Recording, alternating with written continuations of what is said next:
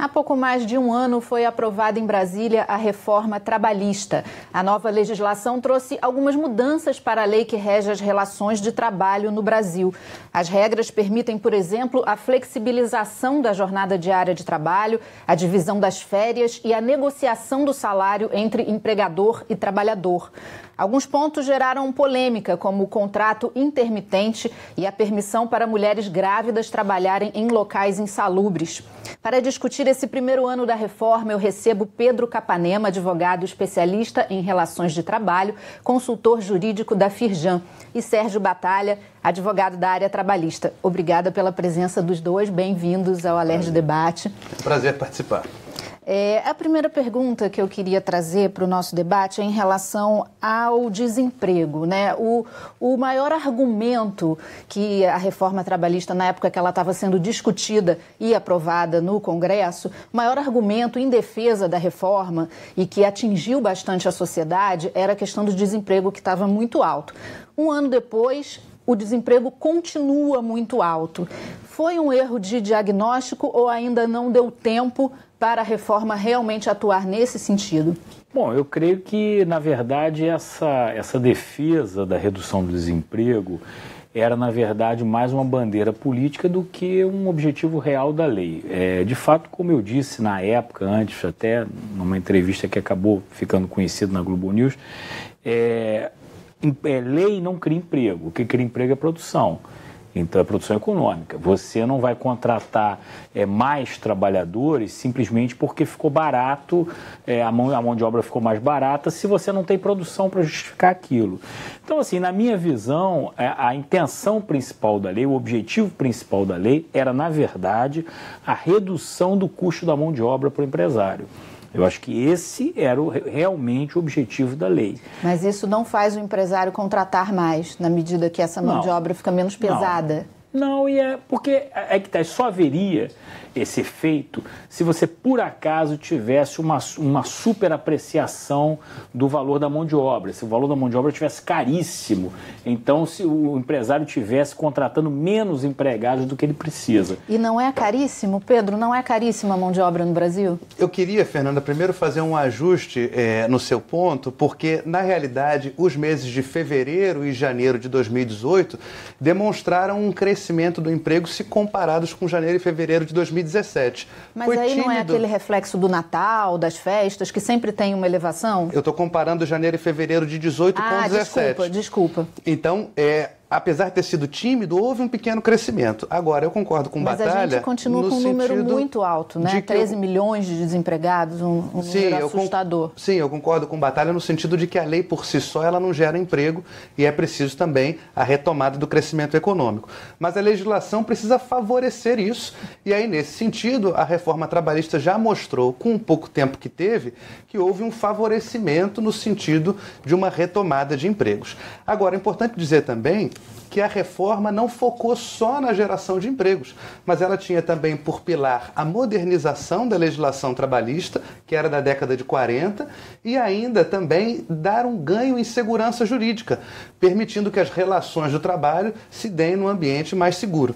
Então, olhando para esses objetivos, eu creio que sim, eles foram alcançados, mas existe ainda um caminho na retomada dos empregos que passa, com certeza, pela produtividade, não é só a lei. Agora, a lei era de 1940, mas já tinha sido mudada muitas vezes, né? Ela não era uma lei intacta de 1940. Não, com certeza não. Eu entendo, na verdade, assim, claro, houve... O doutor apresentou a visão basicamente do empresariado, que foi o empresariado que demandou essa lei. Essa lei ela não veio de uma demanda da classe trabalhadora. Eu não chamaria de modernização. Eu chamaria, na verdade, de uma redução, uma retirada de direitos, uma tentativa de cortar custo da mão de obra, você retirando direitos, suprimindo aqui e acolá direitos dos trabalhadores para fazer a mão de obra ficar mais barata. Também havia uma intenção de reduzir as demandas trabalhistas, né? ou seja, também dificultar um pouco o acesso ao justiça do trabalho para que o passivo trabalhista das empresas baixasse. Então, eram reivindicações antigas de setores do empresariado, a lei atendeu muito a determinados lobbies, inclusive empresariais, e até notório, a maioria das emendas que o deputado Rogério Marinho apresentou foram enviadas diretamente pela Confederação Nacional do Comércio, Confederação Nacional da Indústria, do sistema financeiro, do sistema, inclusive sindical, empresarial. Eles enviaram emendas que o deputado Rogério Marinho incorporou automaticamente. Então você pula de um projeto de 7 artigos para mais de 100 artigos modificados, graças basicamente a esse lobby. Eu entendo que é um caminho que o empresariado buscou de reduzir custos da mão de obra. Agora, para a sociedade, eu acho que os efeitos são ruins, em termos de redução da massa salarial, né? E você tem a redução da massa salarial, tem um efeito também recessivo sobre a economia, na minha visão. Como você acha que a população vê essa reforma? Eu divirjo respeitosamente da visão do colega, mas eu vou pontuar por quê. Primeiro, voltando um pouco ao tema da modernização, Fernanda, é bem verdade que o arcabouço central da lei era da década de 40, mas houve alterações ao longo do caminho. A última grande reforma é da década de 60, final da década de 60. Então, mesmo assim, ela já está defasada. Eu vou te dar alguns exemplos. Havia, por exemplo, na lei, uma obrigatoriedade de que para a mulher começar a fazer hora extra, ela tivesse que aguardar um período de 15 minutos, período esse em que a trabalhadora mulher não recebia. Dizem que a origem desse intervalo de 15 minutos era porque lá atrás a mulher, numa sociedade patriarcal, imagine, precisava pedir autorização ao seu marido para poder trabalhar horas extras. Uma realidade completamente destacada do Brasil de 2018, onde a gente tem a igualdade de gêneros já praticamente concretizada e continuamos buscando isso. E alguém cumpria essa regra? Na prática? Cumpria, e ela era inclusive exigida pelos tribunais, porque estava na lei. Isso estava no artigo 384 da CLT. Além disso, a CLT previa, por exemplo, que as horas extras deveriam ser remuneradas com adicional de 20%. Só que desde 1988 que esse adicional já é no patamar de 50%. E a lei estava defasada. Então, veja, eu estou dando exemplos de modernização do texto, que estava equivocado, e de modernização no tratamento das relações de trabalho. Então isso foi muito importante, sem falar também na criação de novos modelos. Por exemplo, o teletrabalho. Um advogado, por exemplo, pode trabalhar de casa redigindo as suas petições sem necessidade de se deslocar até o centro da cidade, onde fica o escritório.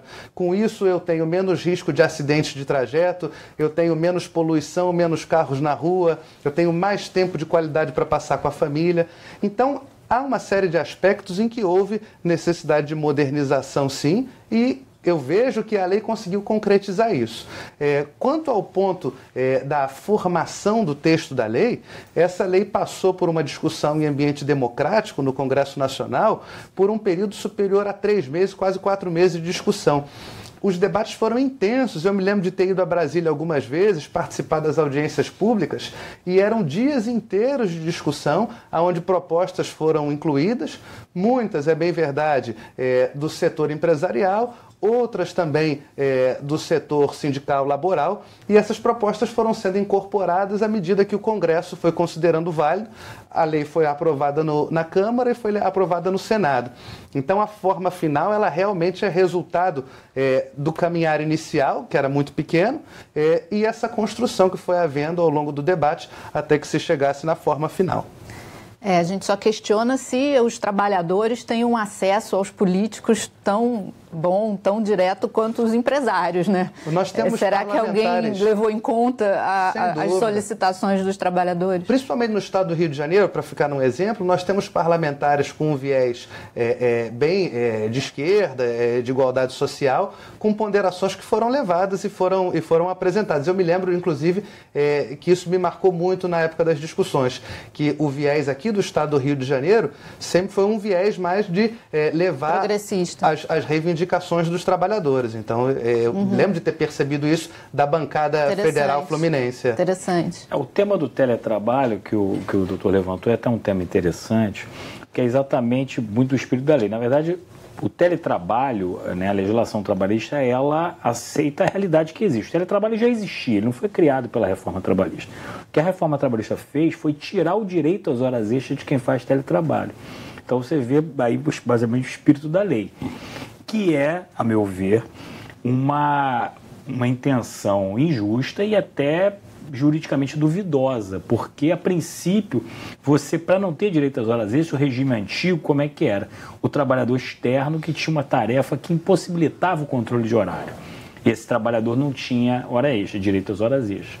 E aí se cria uma figura nova, o teletrabalho. Não, se você está trabalhando no computador, você não tem direito às horas extras. Mas dentro da realidade que eu conheço de processos trabalhistas concretos, de situações concretas, o teletrabalho permite, ao contrário, um controle de jornada mais rigoroso do que o trabalho tradicional de fábrica, porque você normalmente trabalha logado num sistema, num software, com login e logout, e você anexa isso, você normalmente trabalha também com o celular o tempo todo.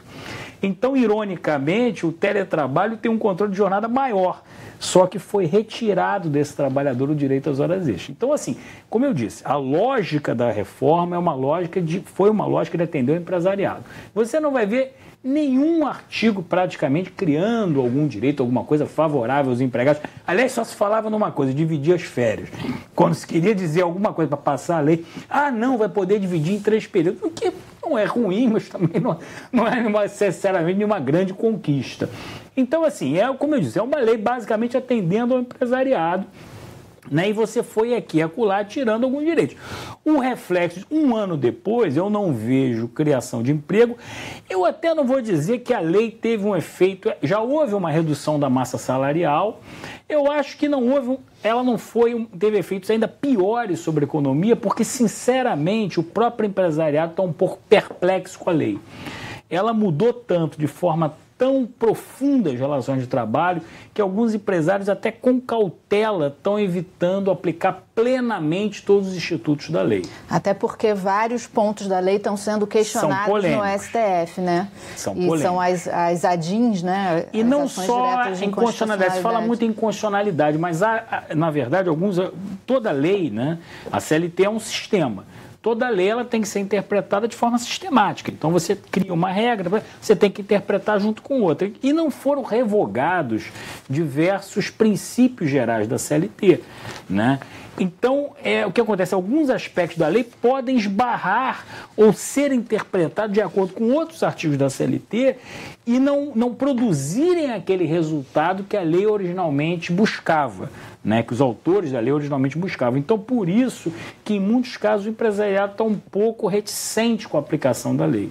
O que o STF já viu? Foi só a questão da contribuição sindical? Foi, Fernanda. Esse tema da revisão da constitucionalidade pelo Supremo é um tema muito importante.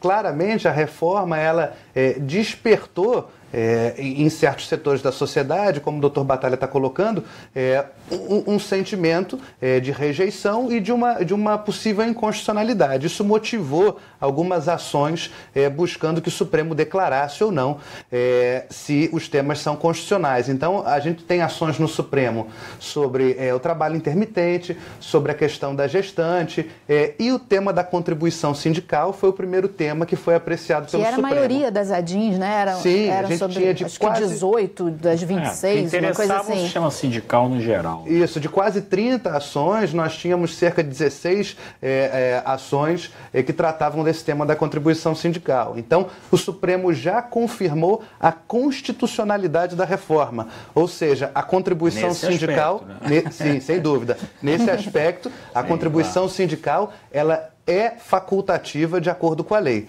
E isso gerou um impacto para o sistema sindical, sem dúvida, muito grande, porque a contribuição sindical era o principal meio de sustento sobrevivência, dos sindicatos. É curioso que os sindicatos empresariais se apressaram a defender a facultatividade, até por uma questão de coerência, porque as empresas sempre defenderam a desoneração da folha, a desoneração do ponto de vista tributário.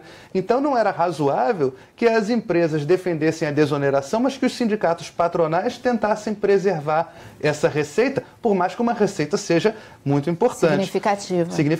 Obrigada, Pedro. Obrigada, Sérgio. A gente vai fazer um intervalo rapidinho. A Alerj Debate volta já já.